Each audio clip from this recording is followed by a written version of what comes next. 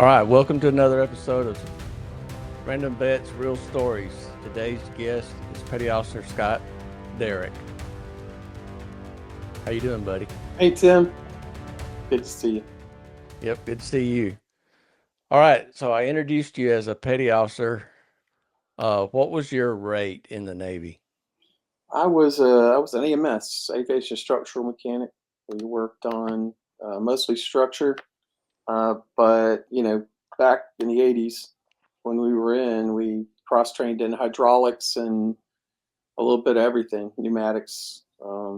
We didn't just do structural repair. So all the AMSs and AMHs, and they were all in the same shop for the most part. So we did each other's jobs. Okay, where are you originally from? From Columbia, South Carolina. Columbia, South Carolina, not far from me. Nope, not at all. Southern boys. Yep. I Describe your childhood. like Dalen Dunn, who's a northerner. Oh yeah, yeah. Describe your childhood. My childhood? Oh man. Wow. I grew up in the I guess east part of town, Columbia, South Carolina. It was in the woods basically. It was a neighborhood, but back in the '70s, we roamed the streets, man. We were all over the place and played constantly outside. It was wonderful, man.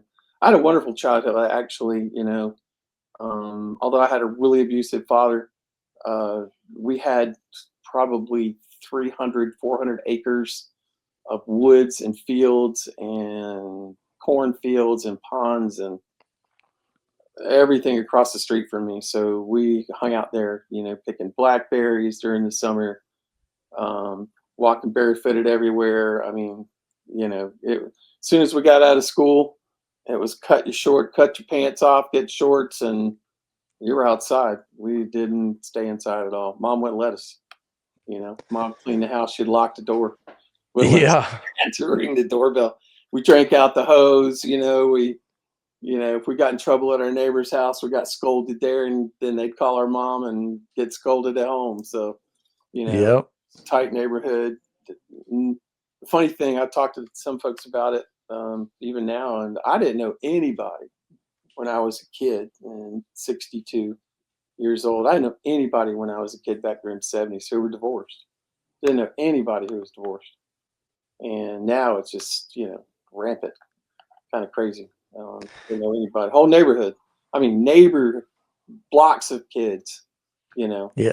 Um, Yeah. but I haven't thought about that, but it's probably the same around me. I can't remember mm-mm, anyone that was divorced when I was a kid. I'd have to think long and hard, I guess. mm-mm.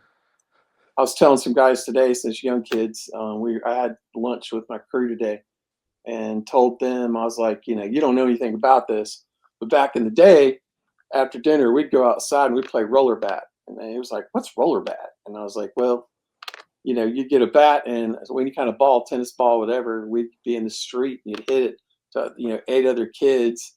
You'd put the bat down and they'd have to roll the ball to the bat and hit it. And if they hit it and it bounced up in the air and you caught it, you got to stay at bat. But if you missed it, that person would go to bat." And all the games that we played, man, hide and seek, you know, everything you can imagine. We were outside constantly. Can't had Oh had, yeah. had the tan lines from the shorts, strings hanging down off the jeans, barefooted, had calluses. I could walk across the street, a hot street with my bare feet, and didn't hurt that bad. And we begged to go barefooted, when the after school was out. It's crazy, man. It was a good life. Yep. I enjoyed for the most part my childhood. I really did. y- I Yep. think about Those are you don't definitely think the good old days. bad stuff. You don't think about as much of the bad stuff now. You think more about the good stuff. Things people that you were around. In fact, I just went back to the old neighborhood recently and was able to reconnect with an old couple old friends and the mother and the father that were kind of father mother figures to me, behind me, directly behind me. And I'd get in trouble over there and they'd chew us out or whatever. But it was shortly after I got to see him again, and her again, that he died, which was really good for me to be able to go and see, my one of my good friends' fathers before he passed. So that was a really good thing, man.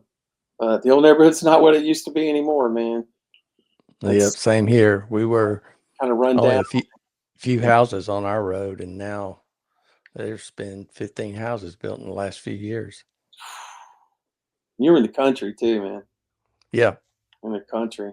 Yeah, I'm in Blythewood right now, and I don't know if you know. You probably have heard the news, but in Blythewood, I moved up to Blythewood from Columbia because it's about 15 miles north of Columbia and South Carolina, and I moved up here to be in the country again. I bought 3 acres of property, in a quote unquote large acre subdivision, about 7 houses here. You can't see your neighbors.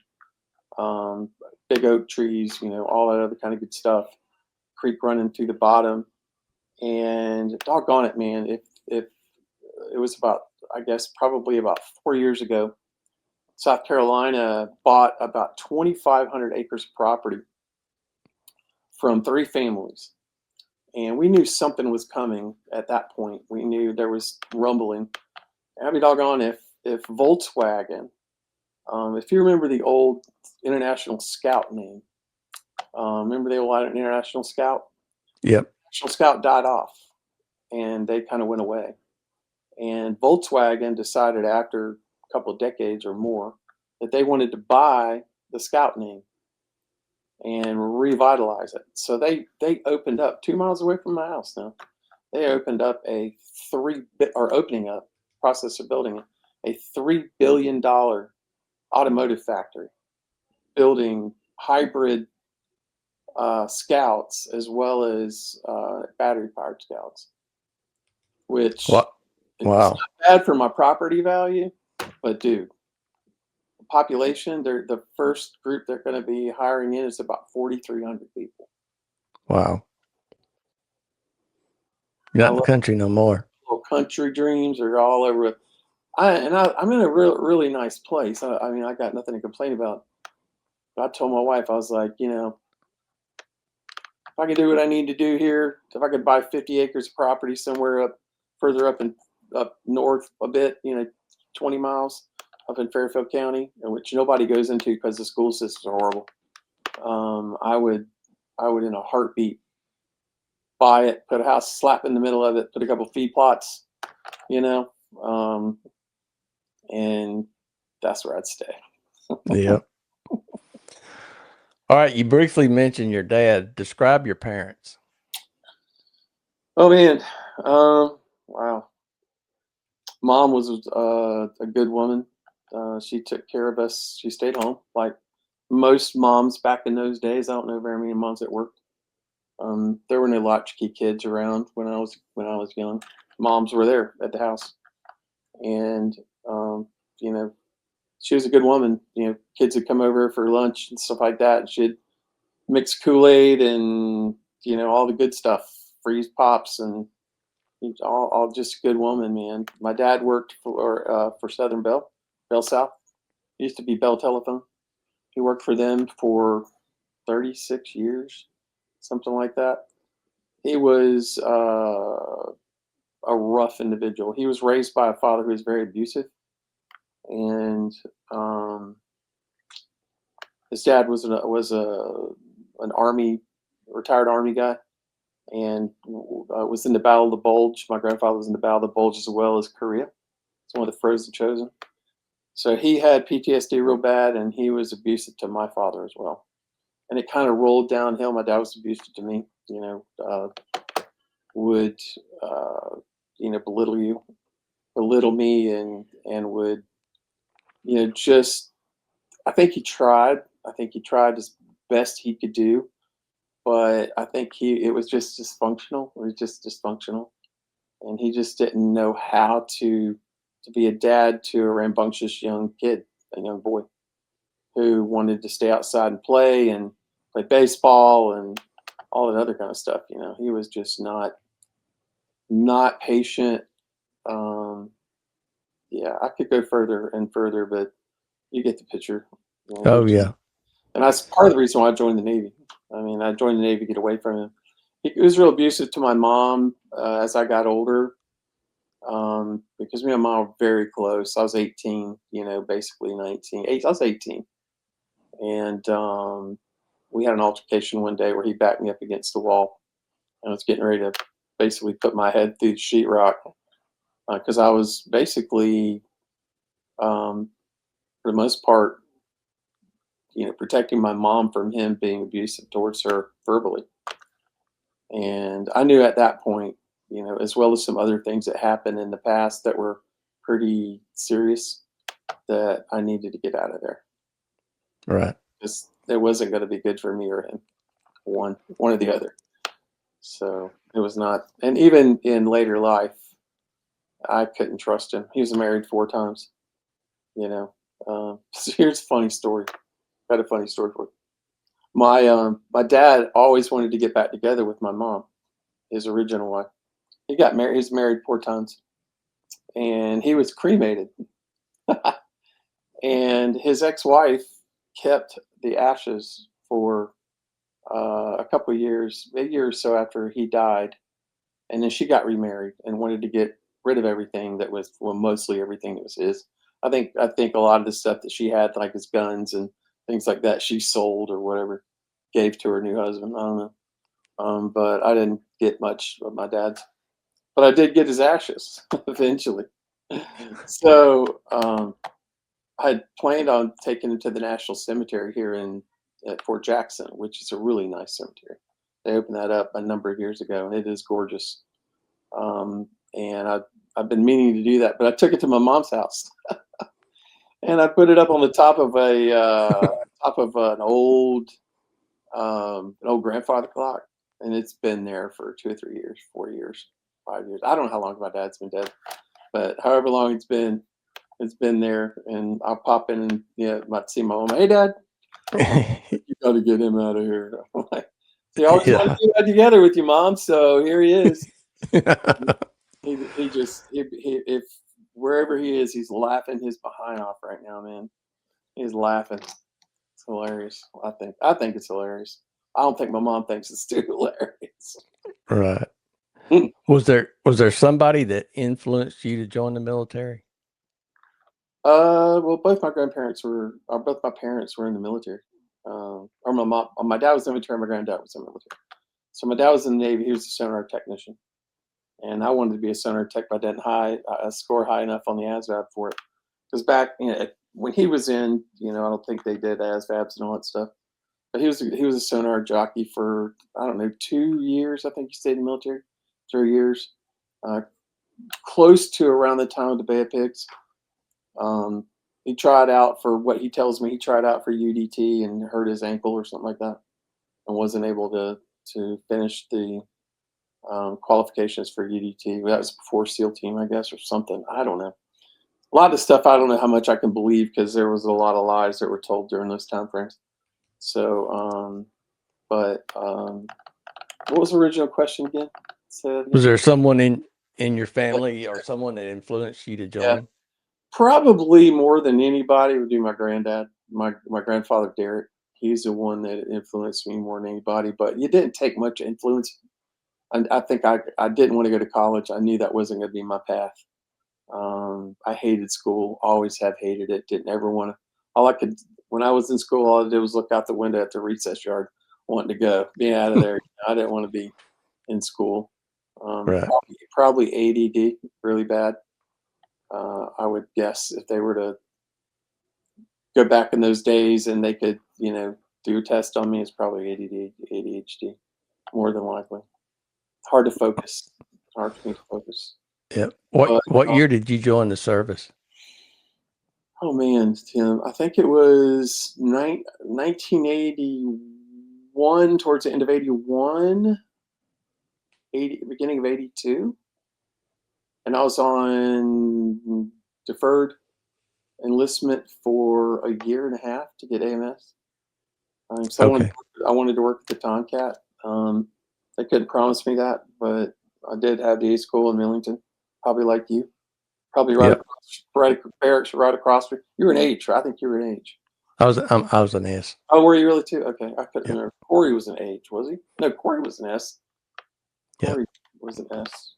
Dalen was an H, wasn't he? I think Dalen was Yep. Dalen was a H. an hydraulic guy. But yeah, I went to Millington like you, and that was the trip. All right. So we're going to dive a little bit deeper into your service now. Okay. What jobs or jobs did you perform while you were in the military? Um, like I said, hydraulics, pneumatics, CDI, collateral duty inspector. Um, I was a supervisor for the line at VF 43, which is when I got out of VF 32, I was, of course, a plane captain. I guess I'm getting you guys start back there. VF 32, I was in for almost 8 years. I was in VF 32 with you, and we were on the Independence, Kennedy, and Roosevelt. I was on the Roosevelt. I think you. I left after that, after the Kennedy. I was a structural mechanic, plane captain. I was a troubleshooter, which I really enjoyed the most. That was my favorite job um, when I was in VF 32, and I loved that. Always wanted to be a troubleshooter. When I got to shore duty after VF 32, I was put in the line immediately as a supervisor, and was the line supervisor for a year and a half. Was CDI qualified there, cloud duty inspector, and trained PCs on the A4, T2 Buckeye, as well as the French Mirage, the Kafir. We didn't do that necessarily, but I was tire and wheel qualled on the Kafir, also tire and wheel qualled on the F-16, because we had those as aggressors. K-43 was the aggressor squadron, and I really liked that. That was some good shore duty. It was some of the best, man. That was really good shore duty, especially night shift. If you're on night shift in the shop, I don't know if you trying to remember some of the different Master Chief. Robbie Klein. I don't know if you remember Robbie Klein, but Master Chief Robbie Klein was an old Tomcat guy, been around forever. And just like Chief Holbert, if you work night shift, you want to get it done and get out of there. For the most part, you were in and out. So Yep. there were some days that we were in there at 3 o'clock. Heck, we'd be out by 6:30. Because A4s never broke. A4s never broke. Tomcats, especially the block that we were on, they were old blocks, man. And those things were about wore out. They about beat us to death. I don't know if you feel the same way, but they beat us to death. Yeah. The flight time versus maintenance hours was a monster. Really high. It was very, very high. Beat us to All right. death in hydraulic leaks, everything else. It was arduous duty. Okay. Explain to the people that may not know what a troubleshooter is, what Yeah, exactly that job entails, and especially on the ship. yeah. uh, as an AMS and as an AMH, working with AMH in the shop, I had to understand basically the workings of the Tomcat. I went to wing sweep flap slat, school, all that stuff that we had to go through basically to be a troubleshooter and understand the aircraft. Tomcat was not the most easy airplane for me to understand, um, especially some of the systems that we were helping AEs work with. ATs, AQs up on the deck. I mean, we were helping those guys, and I was trying to understand a lot of it. It was difficult. Some of it was difficult. I mean, it's a very complex aircraft, but knowing all the different systems that we were responsible for, tire and wheel qualifications, hydraulics, all that other kind of stuff. I was up on deck as a white shirt, instead of a green shirt, um, up on deck all the time, or in the line shack, mingling with those guys. And, you know, if hydraulic leaks happen, we were up there, taking HSU, filling up hydraulic systems, changing tires, whatever needed to be done. We were up there doing it. Launching aircraft, we were troubleshooters, launched aircraft, helped launch aircraft, I guess I should say. Yeah, So, you guys were, if you're not familiar with a troubleshooter on a flight deck of an aircraft carrier, all the pictures or videos you see with the guys standing or kneeling at the rear of the aircraft giving thumbs up, that's what Scott was doing. He yeah, was a troubleshooter yeah. giving the okay for that side of the aircraft. And I would have rather been up there than in the shop for some reasons. But yeah, I would much rather be up there than in the shop. How many years did you serve? Right at 8. Right at 8? Mm-hmm. I got hurt in Okay. Desert Storm and was discharged medically. Okay. So your duty stations were VF-32 and VF-43? VF-32, VF-43, and VF-84. VF-84. Okay. Describe each of your commands. Yeah, VF-32. Again, it was very arduous duty. We had an incredibly amazing but tough chief that we worked for in the line. When I first started with VF-32, Keith Holbert, amazing guy. I tell you what, I want to try to get a hold of him. I think somebody gave me his phone number, and I've tried calling him. I couldn't get him. But I learned a lot from that man, and I didn't even realize it at the time. But I learned a really hard work ethic from him. I mean, he drove us in that line shack like mules sometimes. Um, he was an amazing chief and ended up being master chief, and really probably one of the most well-known master chiefs on the East Coast during that time frame of the 80s. Knew that airplane inside and out. So VF-32, and then in the shop, when we got to the shop, Buffalo Bob Boyer was our shop chief, and he was an amazing guy. Just some amazing people: Dalen Dunn, Corey Yu, Dolan. I mean, all just some amazing guys, just crazy nuts, that we had fun with. And back then in the 80s, it was a different Navy. It's not the same anymore. I know that for a fact. But it was an amazing, amazing time to grow up. I mean, that's basically where we grew up. We were kids. We were kids joining the military and in defense of our country. And then really enjoyed that duty. Just that's where I have the most memories, is in that squadron, because it was all new. We knew everybody for the most part. We slept in a 90-man berthing in VF-32, unless you were in the Ace Deuce, which I wasn't. And then went to, we were on the Kennedy, both the Independence and the Kennedy. Singapore was amazing. If you remember, we stayed out for what, on the Independence, 4 months. It was Yeah, it was a long duty. It was a long at sea period. And then they ended up treating us and taking us to Singapore, which is more of a West Coast port. We got to do that, which is really cool. VF-43 was probably the best shore duty I think around. I begged for it and somehow or another got it. I don't know how I did it, but I was able to get it. I went up to visit my detailer. I think that's how I got it, and that was amazing duty. It was really good to have that kind of shore duty after a really arduous, rough, 3.5 years basically at VF-32 with those old airplanes, working for some really amazing chiefs and master chiefs and senior chiefs and first classes.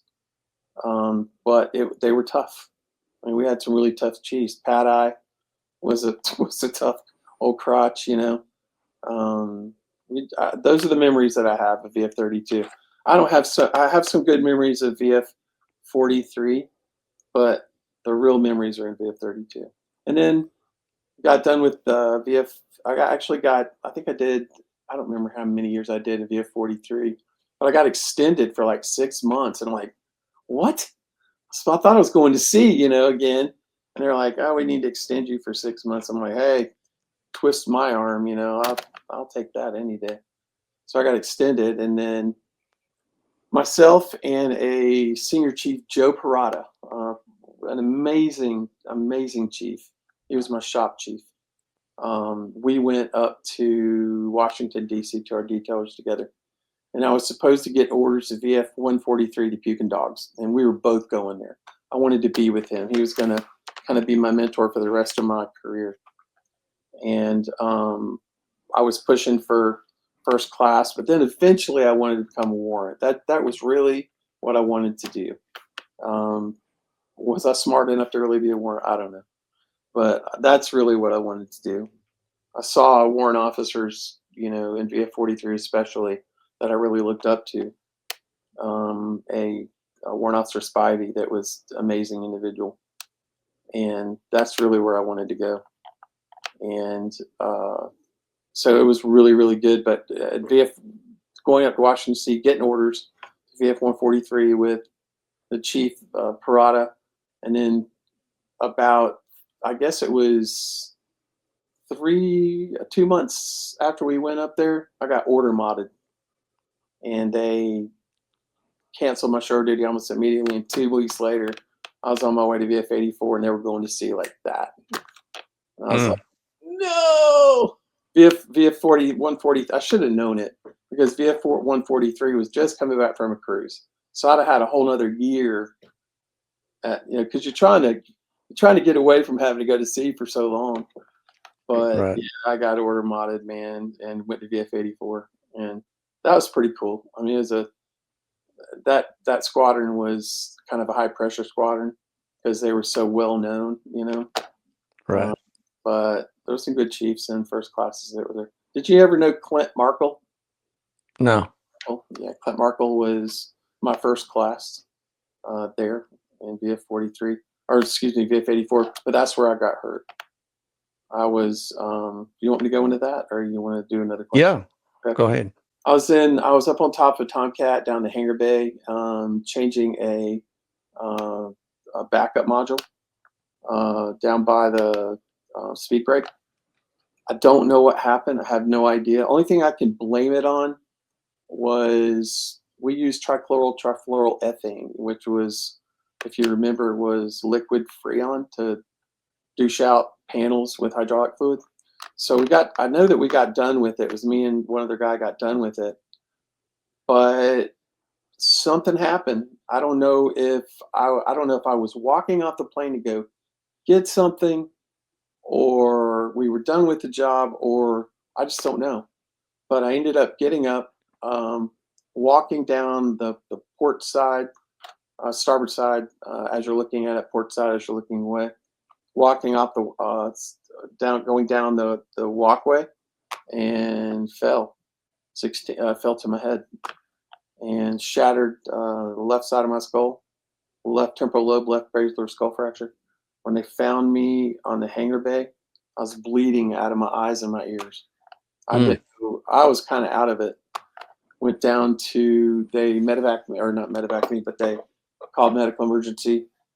A first class that I was associated with in VF 43 came down, saw me, and came up trying to see if they could help. And some reason or another, I gave him my wallet and told him to look out after. I barely remember that, and they took me down to sick bay.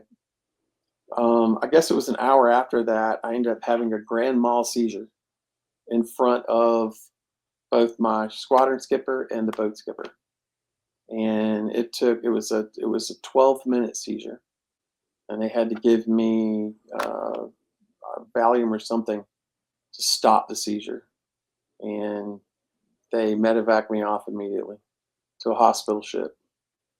And I was on the hospital ship for a little while, and I got medevaced off to Landstuhl, Germany, and was there for I want to say 3 days, 4 days. It's all blurry because I had loss of short-term memory at Hmm. that point. So it's 2 or 3 days, I guess, and then they shipped me to Dover, Delaware. I know I was. I'm sorry. Back up from the medevac. They medevac me off of the hospital ship to Bahrain. I was in Bahrain and a MASH unit. Barely remember it. I just remember we were in tents that were air conditioned, that were had a soft padded floor, and was there for probably a week, and then to Landstuhl, Germany, and then to Dover, Delaware, and then back eventually to Portsmouth Naval Hospital. It was about 3 weeks to a month altogether before they got me back. But there was a lot of other guys that were coming back too. There were Army guys and Marines that were in a lot worse shape than me, and I got to see all that and really start to understand. And because we didn't see a lot of that, we Right. didn't see, and that's part of the reason why we joined the military. We're joining the Navy, so we wouldn't have to get involved in a lot of that stuff. Um, but man, it was eye opening to say the least. And got back, was had a still had a loss of memory that lasted for about 3 months. I was on Dilantin for anti-seizure medication, and yeah, that's when I went to 101 as a working the Gedunk. That was fun. Coffee for the chips. Waiting for the board to come back to see what happened. What kind of disability I was going to get, and they booted me out. So it was Right. six. It was altogether 9 months. 9 months later, I was out the back. No, was it 9 months? 6 months or so. Since when I got back, I was gone. Okay. I was gone. All right. You've touched on this, but I'm going to ask this question, Yep. and you can uh, re-emphasize anything that you want to say about it. But which tour stands out the most, Which tour stands out the most? and for what reason? It is VF32 for sure. Just because of the brotherhood that was there. Really, my shop guys that are my buds still to this day. Thankful for. We had a lot of fun. We had a lot of fun, man. We did some crazy stuff on the boat. If you remember the sword getting taken and what everybody did, I don't think we can talk about it here. But some of the things happened with the donuts, if you remember. Right. But just some crazy things that we did. Pink bellying guys and new guys that came to the shop. Duct taping guys. I mean, that stuff don't fly anymore, man. But we had blast. I mean, it was fun. Nobody got hurt. Right. Everybody had fun. It was a brotherhood. Still some of the guys I wish we could get in touch with, like Mike Brown and some of the other guys that we were in shop with that have just kind of vanished. Right. Some of the other guys that were around that we can't find anymore. I don't know what happened to him. Joey Tinsley, you know, Yeah. you need to get a hold of him, man. See if you can get him on here. Yeah. I That definitely will. that If I would can be track him down, I'll see if he'll come on. He was on Facebook at one time. But yeah, have you got a What's the hold? favorite? You got a hold of McClatchy, Chief McClatchy? Yeah. I talked to him last You year. really? Yeah. Wow, that's hilarious, man. You get him What's on. the favorite place that you visited? Oh, really? Favorite place? I talk about it all the time. Trieste, Italy. I love Trieste. I like Singapore too, but Trieste, Italy, to me was probably one of the most beautiful places. That and Cannes, not Cannes. I'm sorry. I liked Palma a lot. Um, Part of the reason why I liked Palma so much was Texas Jacks, man. If you remember it, Texas Jacks, getting that chili, and do you remember that? Did you ever go there? Yep. Texas Jacks in the gut, where we're not supposed to be. Yep. Fireballs and eating that chili. Those English guys, English couple made. They've got a plaque up in Palma to that place, to Texas Jacks. It doesn't Wow. exist anymore, but they got a plaque up in the building that Okay. to that. Good days, man. We Yep. didn't even know how good it was, man. We had no clue. Yeah. All right. While you were serving, did you get married and have kids? I did. I got married, for sure. Got married to Dalen Dunn's sister and had a daughter, Kayleen, who is 36 now and giving me three granddaughters and one on the way, which is a wonderful thing. Yeah. All right. So once you get out of service, where did you live? Uh, Lived in Virginia Beach for a short period of time. Like I said, I was working, got out of the military, and ended up only job I could find, only job that I could find because we were in a recession was working for Banana Boat, Centennial Company, oil company, packing suntan lotion and palletizing it and shipping it off to companies all around the U.S. And just one of the most, to me, after being in the military, working with Tomcats, being a troubleshooter, supervising guys, and then going into a warehouse, working with two people who were just not savory characters. It just like a huge demotion. It was demoralizing, really, is what it was. I was demoralized. And then what happened after that is that my grandfather called me. My grandmother had died probably 2 years earlier while we were on the Kennedy cruise. No, I was on the Roosevelt, actually. Um, she died. And when I got back home, couldn't find a job, my grandfather called me and asked me to come live with him for a while so I could get settled and find a job. And I did. And so we moved back to Columbia. I found a job working for Lance Crackers, basically a subsidiary of Lance called Vista Bakery. We manufactured all of the private label brands for Food Lion, Aldi, all of the Walmart, you name it. We did all of the crackers, cookies, sandwich cookies, everything you can imagine. It was a massive bakery. I helped them to open it and set all the equipment. Was a mechanic working on high speed packaging machinery, and the whole production line, really, which is about the length of a football field and a half. And um, did that for about 3 years until the bakery closed, and because of some financial mistakes that Lance made, got picked up by a company that I was a line mechanic for a while. I became a supervisor of a line, and then assistant production supervisor for a while. And then a job came open in purchasing. The purchasing department had left. I knew that I could do the job because I had had some basic experience in purchasing when I was in high school, and begged basically the plant president to let me have an opportunity at the job. They knew my work ethic and allowed me to take over the purchasing department head, which is really a college level job. And of course, I didn't have any college, but I did that for probably a year and a half, I guess, year and a half, and enjoyed the heck out of that. Well, one of the companies that when the bakery closed, one of the companies that I was buying product from, which was a flavor house out of New York, flavoring for food.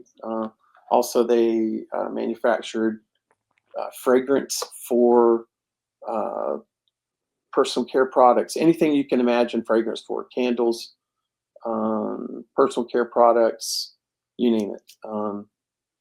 They asked me if I wanted to come and work for them as a sales guy. And I was like, I don't really know if I want to work on the other side of the desk. I really wanted another purchasing job somewhere, either with the state or something, because I enjoyed it. But they said, no, we think you'd be good at it. Why don't you come on up, let it to New York? We'll fly you and your wife up, and we will put you up and show you around New York, and then we'll show you what we believe you can make in the industry. So they did. They brought us up and kind of wined and dined us and showed me what they believed I could make. They gave me a stipend, for 2 years until I could my um, build up my territory. So I did that, and worked really hard. Traveled all over the U.S. coast to coast, basically.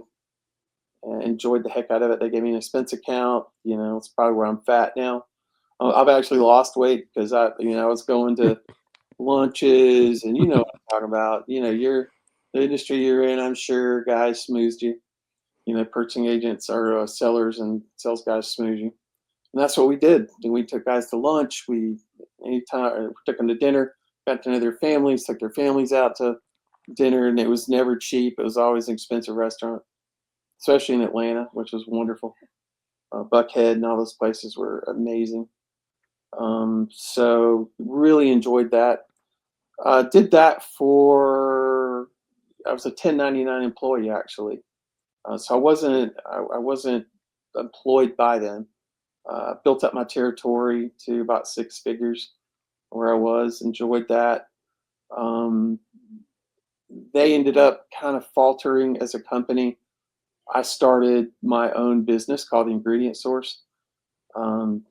Started sourcing finding other companies that didn't have sales guys in this area in the southeast, and started pulling their products in to the Ingredient Source, and did that for almost 20 years. I did that for probably close to 20. And just basically, after traveling so much, after picking up territories, losing territories, to competitors, et cetera, and so forth, I just got burnt out. I just got absolutely burnt out and decided that's enough for me. I'm done. So started, believe it or not, I kept my company. I didn't let it go, but I wasn't traveling anymore. I was just phoning in, talking to customers, seeing what I could do for them. But I was on the road because what I had done was bought a couple of beehives, and I started beekeeping because both my grandfathers pet bees, and really enjoyed that.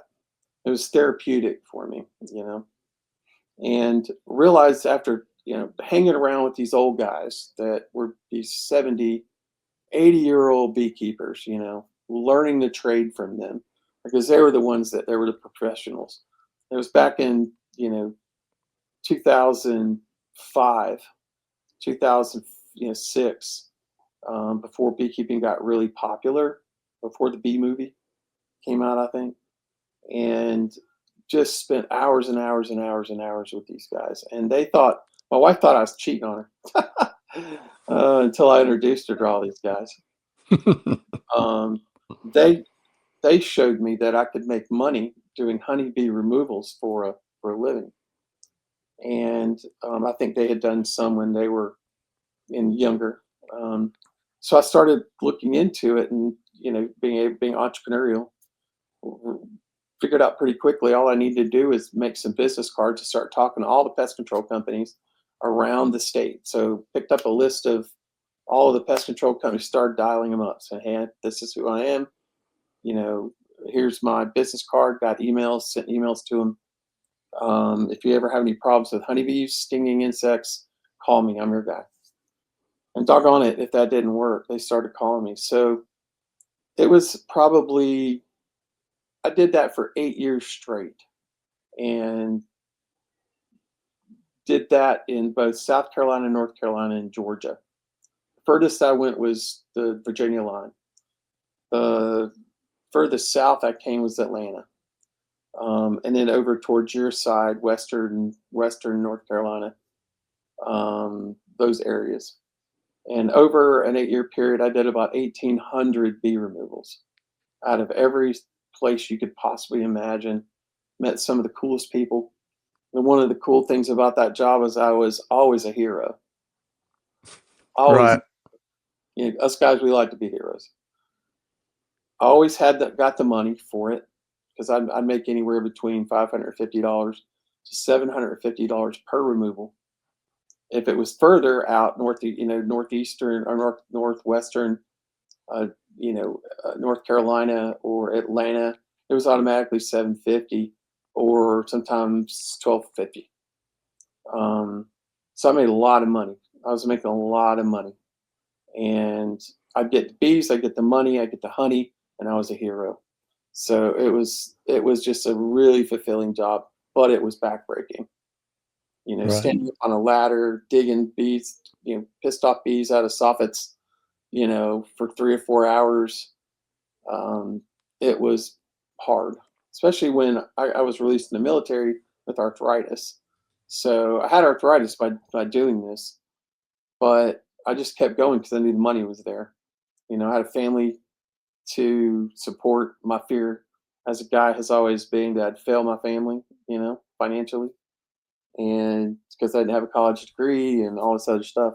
So I always worked extra hard, at everything I ever did. I put 150% into it. And I learned that from, being in the military. That was, the discipline, the work ethic was always from the military without a shadow of a doubt. So did that for about 8 years. And then um, 2007 hit. Uh, I had an idea in the back of my head that honeybees started to increase in cost because of a problem called colony collapse disorder. Colony collapse disorder started killing tens of thousands of colonies of honeybees all across the U.S. and all across the world. And it was caused by a varroa mite. Also, genetically modified plants that bees go after that would cause them to lose memory because they had pesticides built into them. But also decided that because honeybees had gone from being able to buy what we call a nuke or a 5-frame colony of honeybees that had 5 frames of bees and what we call brood, which is maturing eggs, and then actual eggs, a queen that was laying, all of that was about $75. Now, at this time, they're about 185 to $250. In some places, close to $300 just for a nucleus colony of honeybees. So I had this idea after being in the fragrance industry for so long. I saw things in the beekeeping industry that I knew needed to be improved upon and innovated in, because when I was in the flavor and fragrance industry, I was working with research and development scientists that were looking at products 3 years down the road. And so I'd had this idea of creating a beekeeping repellent because I was doing honeybee removals and didn't have a really good bee repellent that worked. So I did some studying, found that and created a product called Honeybee Gone, and it took me about a year to get it perfected with my scientists, my research and development scientists up at the fragrance house that I had relationships with.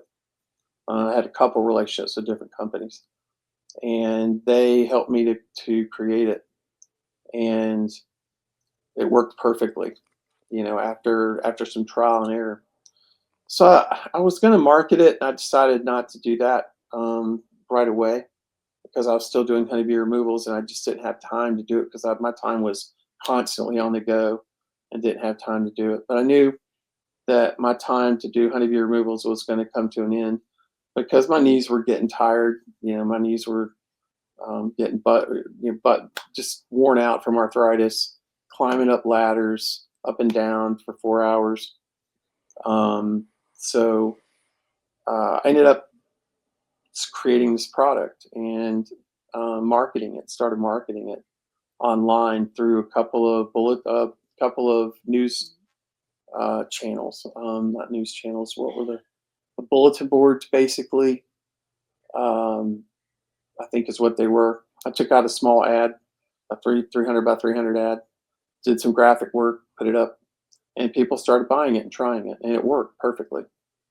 And started getting some sales. Next thing I know, one of the companies that I was doing business, or one of the companies that was one of the major distributors in the U.S., called me and said, "Hey, look, we'd like to take a look at your product." And I'm like, "Sure." I said, "Just send us some samples. It's going to take us about a year to do some testing on it, make sure it works.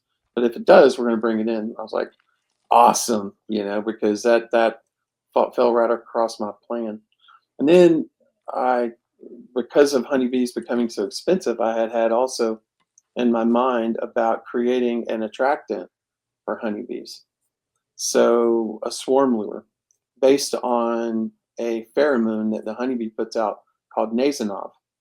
So worked on that for 2 solid years, research and development, samples coming to me, back and forth, studying, um, talking to scientists about it, and finally got it figured out. And um, finally got the formula correct. And the way that I figured it out is that I had 3 colonies on a stand.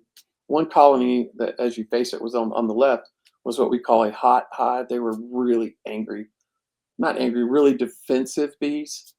The other colony next to it was very gentle. And then the center colony was empty. So I was going to spray some of this swarm lure, is what we call it, into the hive and see if I got any action from it. It was the springtime, and hoping that I could capture a swarm of honeybees. Well, when I went to go open the lid of the hive, um, there is this glue that honeybees make around the inside of the telescoping lid, the lid of the hive, called propolis. It's a glue that they make to seal a hive. It's part of their immune system. It has antimicrobial properties. And so I went to go pick it up, and when I did, it lifted the hive up, and then it, of course, the propolis let go, and it hit the stand really hard. And I knew that hive on the left were pissy bees. So I had already, when I walked out to the hive to load it in the center hive, I know I'm jumping around here a little bit, but when I went to go load the product in the spray bottle that I had just gotten from the blender, I loaded it in the air, and I didn't realize I'd walked into it and got some on my shirt.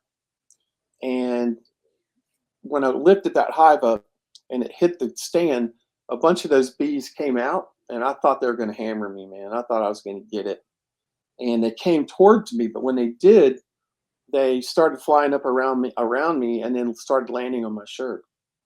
And I knew we had it at that point. They raised their abdomen up in the air, and then they bent it, and that they started releasing their own pheromone, saying, "Hey, this is safe. This is where we belong." And so, which is, I know that doesn't make a lot of sense to people who don't understand beekeeping, but I knew at that point we had the formula that we needed. So did the same thing, put it up online in that news stream or that bulletin board, and the same thing happened. People started buying it. Um, had some people that complained about it because some people would use lemongrass essential oil to capture honeybees, and they thought it was just expensive lemongrass that I was putting into a bottle, and it absolutely wasn't. It was synthetic nasonov that we had created. So next thing I know, that product exploded, and after about a year and a half, and that product is now in distribution across almost every big supply house across the U.S. It's in Europe, in England, Scotland, New Zealand, trying to get it into Ireland, all the English, basic English speaking countries that understand English, trying to get it into all of those, trying to get it into South Africa.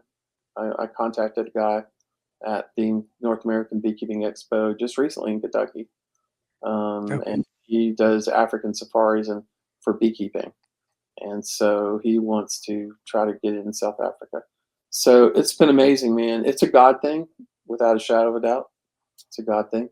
God had everything to do with that. I wish I could say that all of the ideas, all of the um, everything that I've been able to do in that arena was all my great ideas, but I know that they were his, and I can prove it because everything that I've done from when I was in high school, all the way through the military, all the way through working as a purchasing department head, as a working on machinery, um, in the bakery, all the way to doing bee removals, everything, all of it culminated in this job. Everything came together in this job.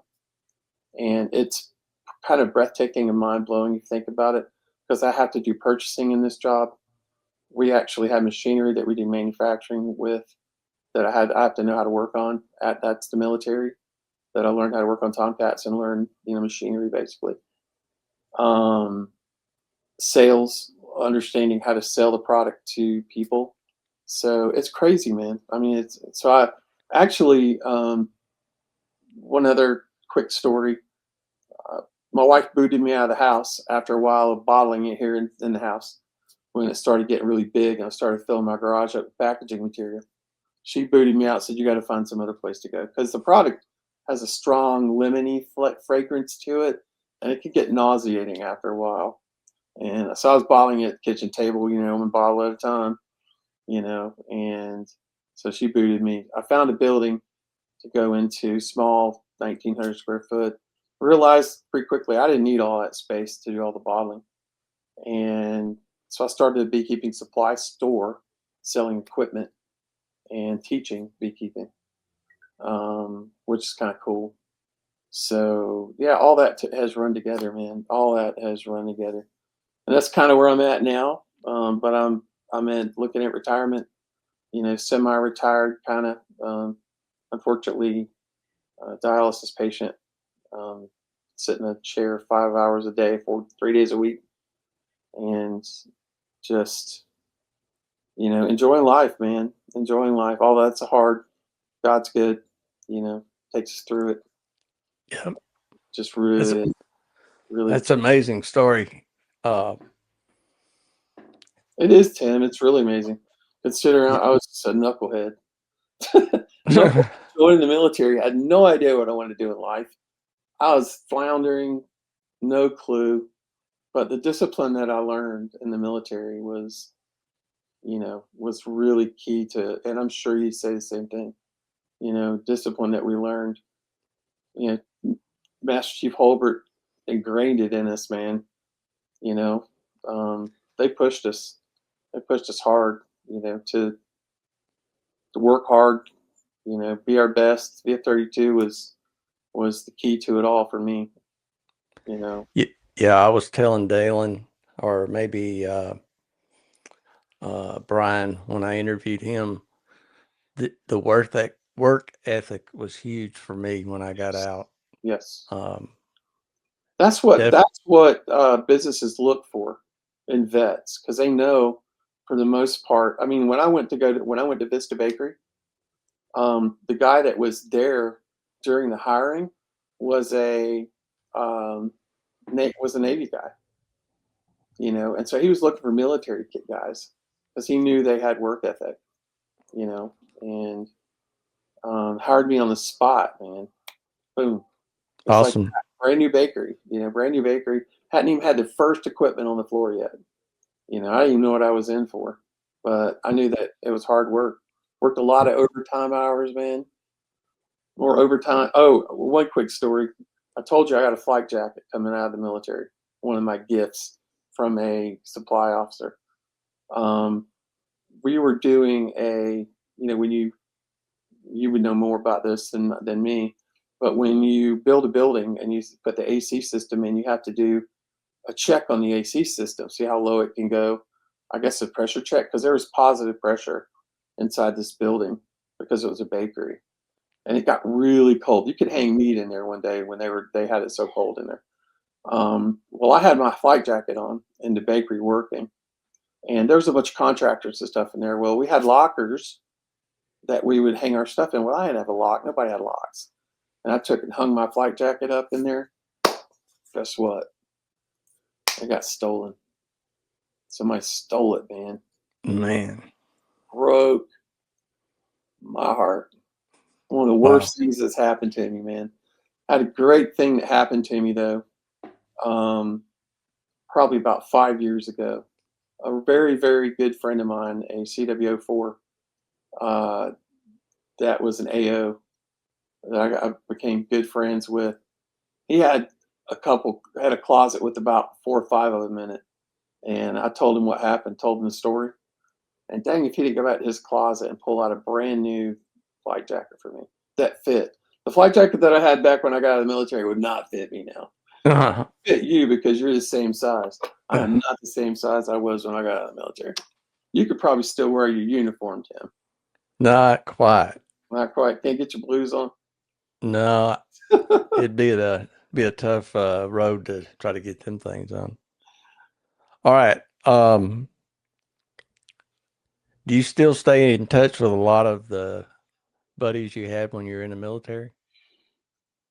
Uh, you, Brian, Corey, bunch of guys on Facebook. That we keep, which was great. I think Facebook has been a great tool to help us get back together again and have reunions and stuff like that. Although I haven't been able to make the last couple of reunions, unfortunately, because of dialysis. Um, really is the main reason. But let me see who else. Ed Brinzo. Do you remember Ed Brinzo? He was a Navy. Yep. Ed and I were roommates and pretty tight. He's in California. We don't talk a lot. We text mostly during Right. holidays and stuff. Um, that's it. Not many other guys, man. Nobody from 43 because there's no there's no connection. There's no real connection. When you went to shore duty, you didn't have cruise books. If Right. you didn't remember somebody's name, you can't go back and look it up and say, "Hey, let me contact this person." You can't do that. VF 84. I've contacted some other guys there. Clip Markle, the guy that found me on the flight deck or on the hangar bay when I got hurt. He was my first class that was in charge. Um, Okay. contact him. But yeah, that's about it. All right. So, what advice would you give young people today? Man,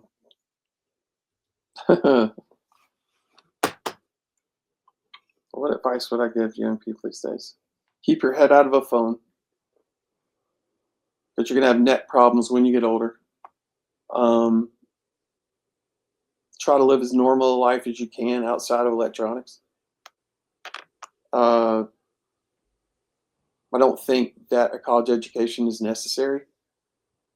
I think you can learn a trade and make far more money than you could ever make as a college student, paying a heck of a lot less in college fees.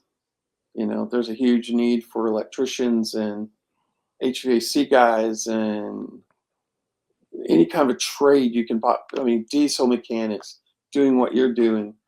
I don't know if you're an engineer or what you did when you got out, but that kind of stuff is just they need good employees. They need good, hardworking people. Shipbuilding. I mean, you name it, it's there. I would definitely encourage folks to join the military branch of their choice. Um, my son joined, uh, and much smarter than me, got into intelligence, did that for almost 7 years before he got out, and was at the Big Four up in Fort Meade. I mean, he was at NSA, and still can't tell me what he did for a living, except for what's published. That's all you can know. Can't tell me anything else. Can't tell me the equipment he worked on, nothing. Which Right. is good. I would never want to violate that with him. But yeah, young people join the military. You learn discipline. I think probably one of the most, and I'm not going to generalize and say all of it because I think there is a remnant of young people out there this day and time that want more than what they're seeing right now. And I'm hoping that they will become the next greatest generation. That's my hope. Joining the military is probably the greatest thing I ever did in my life. I would not do it any other way. I would do it the same way over again. Uh, you know, without a shadow of a doubt, and follow that track. Some of the greatest days of my life, and some of the greatest men I ever served with. Were those guys that were out there all the time, getting dirty, hydraulic fluid all over them. You know, Yep. Molly B, you name it, we had it on us. Dirty, dirty uniforms. I don't know how we Yep. kept our uniforms clean, man. I mean, it's crazy. that picture we've got of us all together by the Tomcat, the black and white one. You know, I Yep. stand out because my jersey gleams in white. I must have a New Jersey on or something, but craziness. But yeah, man, that greatest days. I would definitely tell young people to join the military or take a trade on. Don't take on all the debt that college can bring to you, especially now in this day and time. I think that colleges are initiation grounds, you know, for um, the left, and I'm definitely not a leftist, but definitely for the left, unfortunately. And you're seeing a lot of it in this day and time. It's sad. Breaks my heart, man. It really does. Breaks my heart to see all the crap that's going on. I don't know about you. I like to get everybody together, all us guys that serve together on one thing and talk together. That would be cool. Yep. That would really be cool if you have the ability to do that. All right. You mentioned your son being in the Navy. Do you have any other family members that are currently serving? No, no, none at all. Okay. I had a couple, got a cousin that was in the army, but no, nobody else. And I tried to talk one of my, tried to talk my youngest son to go in the Coast Guard because he loves the ocean and wanted to get into drug interdiction, and that's where you do it right there. Um, Right. but they're all going to college. All of them are in school. You know, with as being 100% totally permanent disabled vet, all your kids get to go to college for free, and they also get a stipend of about 12 to $1,400 a month while they're going to school. So that's just a huge benefit, Oh, you know, yeah. for them. So I'm glad they took advantage of it simply because they can, you know, find a career but not have to pay, you know, $100,000 after their education is over with or whatever. Right. So, nope, but none of them. All right. So, what was the most hilarious moment while you were serving Hmm, that's a hard question. that you can share? Oh, most hilarious moment.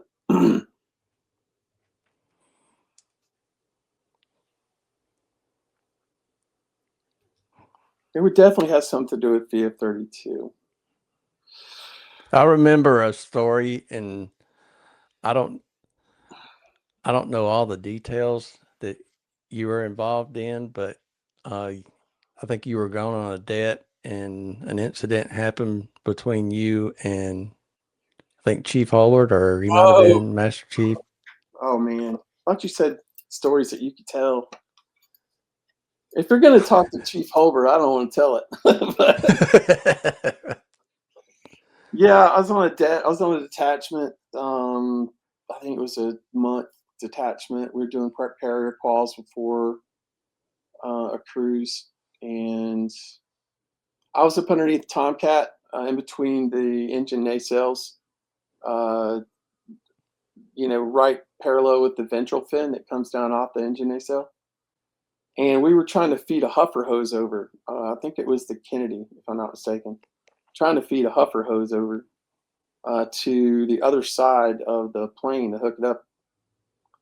And somebody, I don't know who it was, put their somebody was feeding it, and I don't know exactly what happened, but Chief Holbert, I think he was the senior chief at the time, or chief at the time, yanked or stood on top of the huffer hose because I think I couldn't see that the guy that was feeding it through. I could have pinched his hand, and I think Holbert stepped on it, and I yanked it because I thought it was caught in the deck well unit. So I yanked on it, and he did a split on the. He was like in a split position on the flight deck, and I'm like, I kind of laughed. I was kind of chuckling, like, "What are you doing?" You know, I'm like, and he thought I was laughing at him, and he came at me underneath the plane with the deck wrench. I didn't know if he was going to hit me or not, but he punched me in the kidneys, and I turned around and we started getting into it. That's all I can tell you. Got into it, and I pushed him backwards. I realized what I was doing. Here I am, tangling with not only one of my mentors, but a chief or senior chief at the time. And here I am, you know, maybe freshly frocked for third class or second class. I can't remember where I was then. So I remember, and I pushed him backwards, and he came at me again, and I kicked him square in the balls and dropped him on the flight deck. And he was pissed. And get off my effing flight deck right now. Go, get out of here. I mean, dude, I made a beeline down to maintenance control. I knew I was in trouble, man. I was in trouble. And Senior Chief Kamer was down there. If you remember Senior Chief Kamer. Senior Chief Kamer was down there. I was like, Senior Chief, I need to talk to you. So I can't talk to you right now. I said, yeah, we're doing this. I said, Senior Chief, I need to talk to you right now. And he saw my seriousness. So I said, we went back into the back of the ready room. And I'm like, look, this is what happened on the flight deck. And, this is exactly the story. And dang, if Holbert didn't come out of the ready room, all the way to the back of the ready room looking for me, I guess.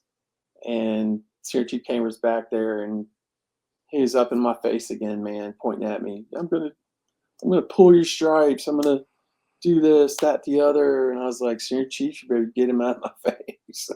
you know, it was a volatile situation to say the least. And I respect Master Chief Holbert immensely. He's part of why I am who I am today, as well as many of the other men that I served under. Dalen, Buffalo Bob, Master Chief, Pat I, all the guys that we served under that were part of us were all part of helping form me during those years. Master Chief or Senior Chief Joe Parada, who retired as a Master Chief, one of the finest probably in the U.S. Navy. Amazing men, all formed me, and so it was amazing, amazing. Yep. We have three boys, our three sons. They're young men now, but Yeah, um, when I was raising those guys or raising those kids, I was I was pretty strict. I kind of had a Hulbert mentality with them, yeah, Navy Indian. He rubbed off on us. I, and I was the same way. I was the same way, Tim. Exact same way. I had to you know, soften myself. I had to I soften. yeah, and I would speak my mind to the boys, and then 2 minutes later, I'd be like, "All right, let's go do this," and I was like the complete opposite person, and so they finally figured it out. I spoke my piece. Right. It's behind us now. That's right. Let's That's right. continue on with That's right. whatever we're doing. But That's right. yeah, If you can do that, if you can do that, and your kids can understand that, that is leadership. I think in a nutshell. Um, and hopefully your boys still respect you for all that, and I'm sure they do. I'm sure they love you. Um, you're a good guy, so I can understand it. But yeah, I've seen your boys. A lot of them look like you. yeah. I don't know if that's a good thing or a bad thing, but yeah, they've done well. Tim, Um, you're a handsome guy back in the day, man. Still are. And I mean, Mel, you got Mel. So yeah, quick, she's she's been a blessing in my gosh, you guys life been for married for sure. what, 40 something years now? 40 years. Good Lord. Yeah. Me and Nicole been married for 30, going on 32 now. If I was still married to my first wife, Dalen's sister, it would be in the 40s like you. I Yeah. think we got married probably around the same time. When you Okay. in very you have 32, right? I think you got married little before me. Little, Okay. I think. All right, so I'm gonna give you the floor. Anything you want to share, the floor is yours. Okay. Um, Gosh, to say that I miss those days is an understatement. Um, you can't go back, but my body can't cash the checks that I used to be able to cash, unfortunately, because of arthritis and you know, uh, kidney failure, et cetera, and so forth. Hopefully, in the next year or two, I'll have a kidney transplant and be able to live a lot more normal life. Um, I If there's anything, Tim, I would say thank you to all of the guys that, like, Brian. I still stay in touch with Brian too. By the way, I missed him. Brian and I used to actually work with one another. He worked for me when I was running my business, flavor and fragrance business. He was one of my sales guys down in Louisiana. But just to say thank you to all the men that were part of helping me grow up in the military, mature, which is where we matured, in that military greenhouse. You know, Chief Holbert, McClatchy, Bob Boyer, um, Master Chief Parada, all those men who were rough on me, hard on me, but helped shape me. And it's thank you to all the friends that I have been able to stay in contact with over the years, like you and Corey and all you guys, to see us kind of grow together, and kind of the different jobs that we took. But all the memories are still there. Every single one of the memories. Even when I hear some of the music that, Bananarama is one of them. If I hear Bananarama, I think Kennedy, or in Kennedy, and I'm thinking the shop that we were in and the radio on top of the lockers. I can see it, smell it. Mm. I can see the cruise box. I can see where the desk was. I can see Dalen smoking a cigarette. I can see Chief McClatchy freaking out. I could see, you know, all us guys sitting around when there was nothing going on, just smoking and coking. I didn't smoke, but just getting to know one another, hating it, loving it. Couldn't wait to hit port. Just everything, man. It's just it's the light. It shaped me. It shaped who I was, and those are the best memories I think of my life. I have incredible memories now. Don't get me wrong. I mean, I've got a family, 4 children that I love and adore. You know, 3 going on 4 granddaughters that have my heart. That I adore and love. Um, they love their papa. You know, I spoil the snot out of them because that's what you're supposed to do. Hmm. Their birthdays, I take them to Walmart, take tell them to get a cart, and I tell them to fill it up. Whatever you want, get it. Just spoil the snot out of them. And that's what I like to do, and I have a beautiful family. I have a wife who loves me, who takes care of me, as a dialysis patient. I'm just thankful, man. Thankful to God for getting me through it all, giving me hope for the future. And yeah, that's kind of it, man. I hope, and looking forward to hearing some of the other interviews that you have for guys that we kind of hung out with. It's going to be fun. Yeah, I've got about probably a dozen folks that I've got Who to have you got? interview. Who have you got in contact with from 32? You got Chief McClatchy. Uh, I talked to Chief Dale. McClatchy.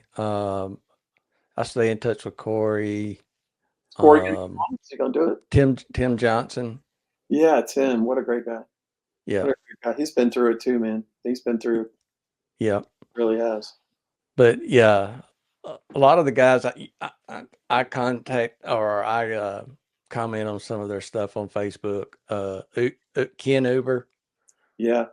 yeah. Yeah. Um, Yeah. he, but yeah, I stay in contact with a lot of You them. gonna try to get all those guys on? The ones that are willing to come on, yeah. Yeah. Um, It'd be cool to try to get everybody. I don't know if Yeah, you have that ability to do that with the software that you're using, but that'd be really yeah, cool.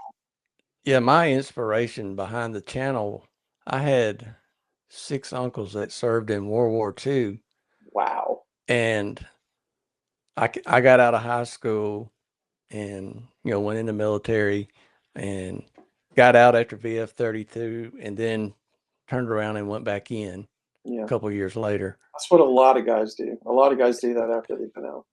And by the time I got out of the service again, they're all gone. Yeah. And You I mean your didn't uncles realize it. were all gone? Say again? Your uncles were all gone? Yeah, they had all passed away. Wow. So um here I am. I don't know any of their stories. And I didn't know Yeah. the importance of it back then. Yeah. And I was like, if I don't care who it is, what branch of service, any veteran that wants to tell their story, nobody can tell their story better than them. But a lot of those guys, Tim, wouldn't talk. A lot of those Yeah. guys wouldn't talk about it. My grandfather would not talk about the Battle of the Bulge because of he had what they call battle fatigue. Now it's PTSD. He had really Right. bad. In fact, him and my grandmother couldn't sleep together because of it. He'd wake up screaming in the middle of the night. It was bad. It was Yeah. bad. And I respect the guys that don't want to talk about it, but the guys that are willing or the ladies that are willing that serve, um, Yeah. all they got to do is contact me and I'll line up a date and we'll do it. I think you're doing a great thing, man. I think it's great. It's kind of a journal of people who served, and you tag my name and stuff in this for long after I'm gone. It'll be there more than likely for others to remember. Oh I've yeah. never done anything like this. I've never done anything like this. Well, some of the reasoning behind my questions, um, I want to show that people come from very different backgrounds, Mm, and your circumstances when you're young don't necessarily define your success. that's right. You're right about that. So 100%. um, that's how I just want everybody to kind of share their upbringing, and then um, that way people that watch can see that people that have the ambition and the drive anybody can be successful. That's right. So when are you going to do your interview? I don't know yet, You should do it. You interview yourself at some point I'll probably do it, or but let somebody interview you. yeah. All right, There's, I got one last question for you. yep. Would you do it again? Oh man, 100 times, 100 times over again. There's so many days. I mean, when I hear a jet coming over now, because I'm close to Shaw Air Force Base, which is a joint activity base. So I believe there's F-21s out there as well as F-15s. And boy, when I hear those things fly over, man, I just think I can smell the jet exhaust. You know, my ears Yep. still ring. I don't know if you have tinnitus.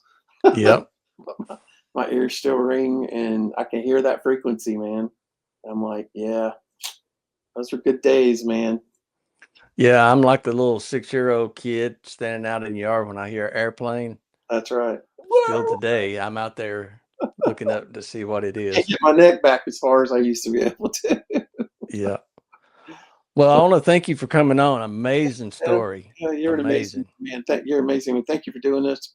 I think it's going to be a great thing for posterity and for the future. And I look forward to hearing some of your other interviews, and especially guys from 32. Man, that would be so cool to hear some. Especially if you can get a hold of Master Chief Holbert. That would be so cool Yep. to hear I'm him. gonna try. Yeah. Does Chief McClatchy have his phone number?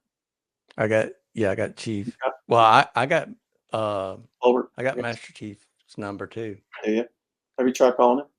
Not yet. Yeah, I couldn't get him. I left a message, but I didn't hear back from him. I'm hoping he can see some of these stories, Yeah, and then I'm gonna reach out to him after man, he's had he the. had so much of an effect on so many people in the military, in the Navy, in the in Naval Air Station Oceana that were in the Tomcat, group area. He was in probably every one of the squadrons. Everybody knew who he was. Everybody knew who he was, and he had an effect on everybody, positive or negative. Some people hated him, some people hated him and then loved him. I probably hated him while I was serving underneath him. Respected him, knew that he was trying to help, but he was tough, man. Tom Moses, don't forget Tom. Yeah. It's Tom. Well, I want to thank you again for coming on. It's Appreciate awesome, awesome story. appreciate you, man. Have a good evening. All right, I'm gonna wrap this up. If you're a veteran and you want to share your story, there's an email that'll be in the video. Just send me an email and we'll get an interview lined up. But I want to thank everyone for watching.